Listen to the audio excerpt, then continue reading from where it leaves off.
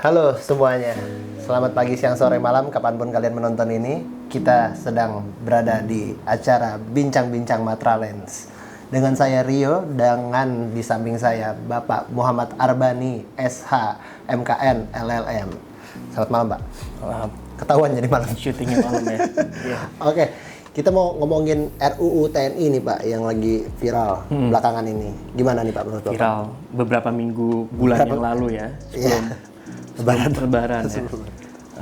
Gimana ya? Kalau menurut saya sih sebenarnya dari perspektif saya sebagai akademisi hukum internasional dan juga hukum dan HAM, saya rasa sih nggak ada masalah ya Mas ya. Jadi kalau RUU TNI ini sebenarnya kan penegasan di antara lain dari 10 institusi sipil itu bisa diisi sekitar 16-17. Terus masalah usia pensiun ya. Jadi yang usia pensiun Jenderal Bintang 4 itu 64, Bintang 3 63, Bintang 2 62, Bintang 1 61 atau 60 itu mungkin mohon izin dikoreksi.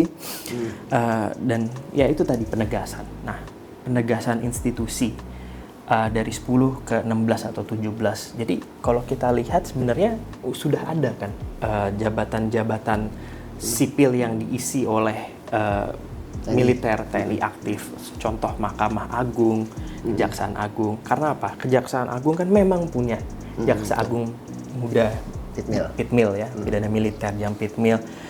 Terus ada penuntut militer juga, dan pentingnya militer untuk berada di lingkup Kejaksaan Agung itu kan untuk mengadili perkara koneksitas, ya kan. Terus kalau di Mahkamah Agung itu kan ada peradilan militer dan ada Hakim Agung militer, dan situ juga ada. Jadi kalau dari strukturalnya ketua Kamar Pidana Militer, terus habis itu Hakim Agung militer, terus di bawah itu ada Panitra Muda Militer, Panmut militer, sampai ke bawah itu auditor dan lain sebagainya, sampai di pengadilan militer di masing-masing provinsi dan kota atau kabupaten.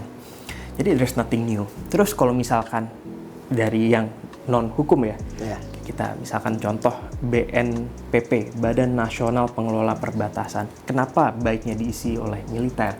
Saya ambil contoh Kodam Mula Warman yang berbatasan dengan Malaysia. Jika diisi oleh militer aktif yang menguasai Medan, contoh anggota-anggota dari Kodam tersebut, itu kan akan lebih efektif dan efisien untuk menjaga keamanan perbatasan kita gitu. Mungkin juga misalkan di Kementerian Kelautan dan Perikanan diisi oleh perwira TNI Angkatan Laut, itu kan sangat relevan dengan pengalaman yang jenderal tersebut Angkatan atau perwira Laut, tersebut itu miliki pada saat beliau misalkan contoh di kapal perang, ya kan. Dan sekarang ini illegal fishing di wilayah Indonesia ini kan cukup intens terjadi gitu. Dan ya saya rasa sebenarnya dari perspektif pribadi saya sebagai akademisi, ya it's not really an issue ya. Justru malah baik ya Pak. Bagus mereka bisa masuk ke instansi bantu-bantu. Bagus karena sebenarnya ini kan udah bukan hal yang baru ya, karena disahin ini kan supaya nggak ada kesimpang siuran. Kalau kita lihat RUU TNI disahkan, ya kemarin-kemarin kan jabatan-jabatan sipil sudah diisi oleh orang-orang di lingkup militer. Betul. Jadi there's nothing new. Dan kemarin juga ada case di mana seorang jenderal militer menduduki jabatan di non institusi yang 16 atau 17 itu kan mundur kan akhirnya. Jadi prudent. Ini prudent terhadap peraturan itu, dan yang ke-16 atau 17 ini kan relevan ya. Jadi kalau kita lihat yang tadi BNPP diisi oleh militer, ini kan satu hal yang sebenarnya bagus karena mereka lah yang mengetahui aspek geografis, aspek ketahanan di sana, dan rencana dan strategi untuk mengelola perbatasan itu ya militer yang mengetahui, karena di Mula Warman itu kan memang berbatasan dengan Malaysia gitu, dan mereka lah yang sebenarnya mengetahui gitu. Berarti dari yang kita lihat juga sebenarnya kan sangat membantu ya kalau mereka masuk, memperluas wilayah TNI nih jadinya Pak, seperti memperluas. Cuma masyarakat ini nih Pak, apalagi mahasiswa, kenapa dia ikut-ikutan gitu? Sepertinya sangat bersuara, wah ini kok langsung disahin, padahal membantu loh. Bagus dong, mahasiswa kan memang memiliki peran untuk mengawasi pemerintah dan mengawasi kerja wakil-wakilnya ya dari legislatif. Mengawasi negara. Ya, mengawasi negara. Dan teman-teman juga mungkin ingat kalau misalkan pada saat reformasi kan mahasiswa juga mengambil peran.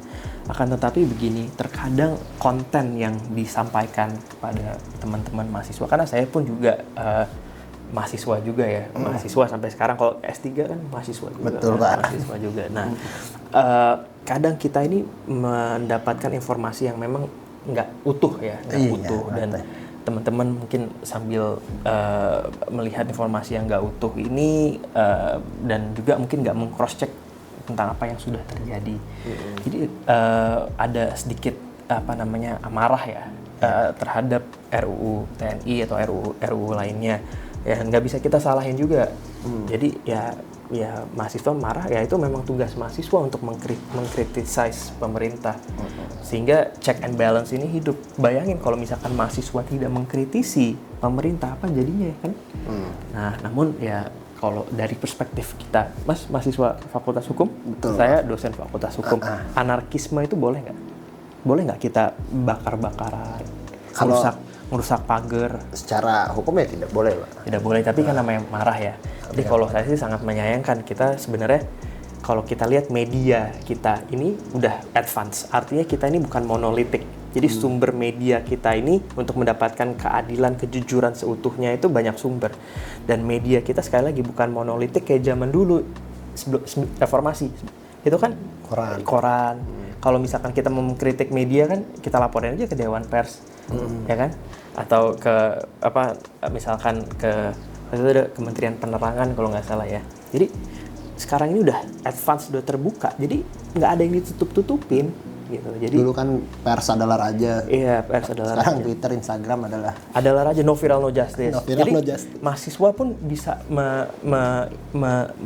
wrap up fakta-fakta dan menyuarakan itu di media-media mereka masing-masing sebenarnya tanpa harus merusak gitu. Jadi ya itu sih. Mungkin jika Bapak untuk saat ini masih menjadi mahasiswa S1, apakah Bapak akan melakukan aspirasi seperti itu atau gimana, Pak? Kalau saya personally melihat keadaan ini, saya tuh tahu ya kalau misalkan memang penambahan 16 atau 17 institusi ini, jadi dari 10 menjadi 16 atau 17 ini memang sejalan, karena saya melihatnya ada baiknya ya. Ya sebagai contoh yang kasus tadi BNPP ya, contoh BNPP tadi, itu bagus jika diisi tentara, dan saya rasa tentara ini memiliki kompetensi yang luar biasa untuk masalah-masalah tertentu, dan memang diperlukan. Contoh di Kejaksaan Agung perkara koneksitas, yaitu memang harus diadili oleh militer. Mahkamah Agung yang mempunyai peradilan militer, memang harus militer masuk institusi tersebut, dan institusi-institusi lainnya seperti Sandi Negara, terus Ketahanan Nasional dan lain sebagainya memang harus diisi oleh orang-orang yang memiliki background atau setidaknya knowledge or experience di bidang militer. Jadi kalau saya sebagai mahasiswa, saya kali ini ya mohon maaf, saya sepertinya sejalan. Gitu. Indonesia terang berarti, Pak. Indonesia terang boleh kan kita sebagai mahasiswa. Saya pun kalau di kesempatan yang saya mengkritik pemerintah ya pasti kita harus mengkritik. Tapi di saat kita memang setuju, ya saya setuju gitu. Cuma untuk case yang ini maaf banget nih. Tapi Mas jangan mewawancarain saya soal RUU yang lain ya. Jadi latar belakang pendidikan kan memang LLM saya di bidang konflik, security sama human rights. Jadi memang membahas hal-hal yang ini. Kalau yang lainnya jangan nanya, saya nggak tahu. Ya, siap. Selain membahas HAM, Bapak Muhammad Arbani, SHM LLM ini juga pengamat UMKM yang sangat jeli, kawan-kawan sekalian. Gimana Bapak? Jeli. Terkait UMKM ini nih, Pak. Ya, UMKM kita ini sekarang ini mengalami tekanan ya. Di antara lain itu reciprocal trade tariff dari Presiden Trump ke Indonesia itu 32%, di mana ekspor kita pasti akan sedikit terganggu. Kenapa? Karena biaya produk kita untuk ke sana itu kan akan lebih mahal karena dikenakan tarif, sehingga harga jualnya itu harus lebih bersaing lagi. Nggak mungkin kan harga ini nih barang ya, misalkan jam merek Indonesia Pala ekspor ke luar negeri harganya di sini 700.000, di luar negeri karena dengan adanya tarif dan lain sebagainya jadi 3 kali lipat kan.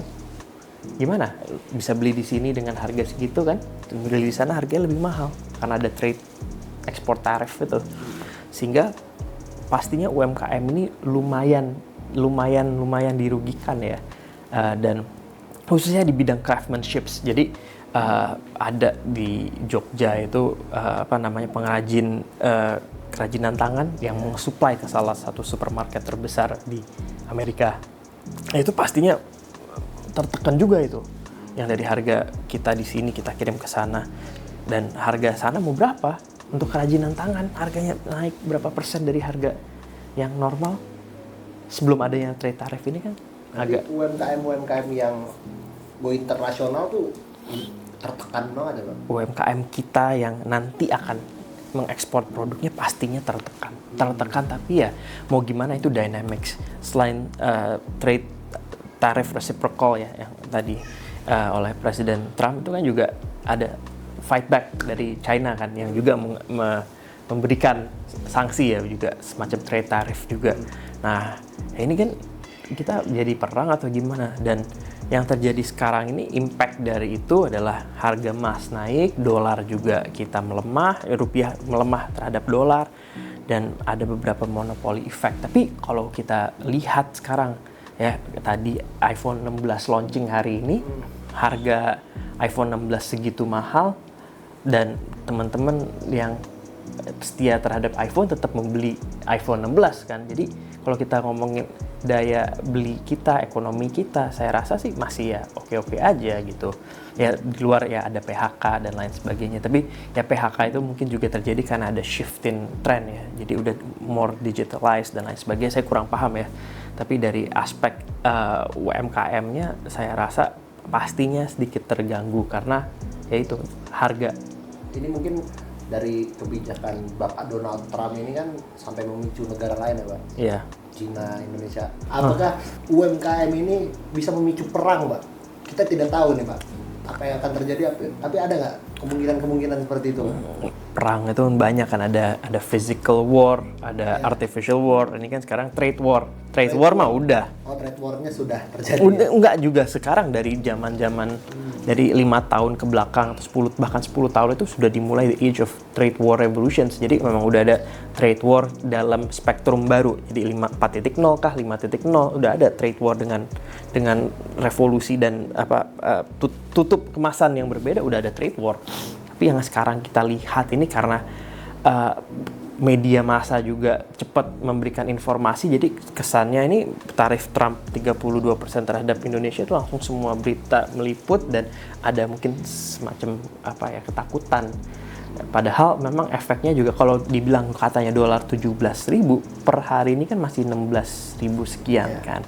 Dan sebelum lebaran pun juga 16.500. Jadi sebenarnya kalau dari yang saya rasa masih terkontrol, tapi nggak bisa dipungkirin juga hasil dari trade war ini ternyata membuat harga barang-barang negara-negara pengrajin, negara-negara pensupply untuk mengekspor kerajinan, baik itu kerajinan yang fully done atau memang yang masih bersifat sedikit partially done ya, raw, itu naik gitu. Itu nggak dipungkiri. Apalagi di Amerika Serikat tuh saya lihat ada dokumenter, ada tukang servis handphone di Amerika, dia lihat barang-barang yang partsnya kan dia ambil bahkan dari China dan dari negara-negara lain, kayak Vietnam, itu pasti naik.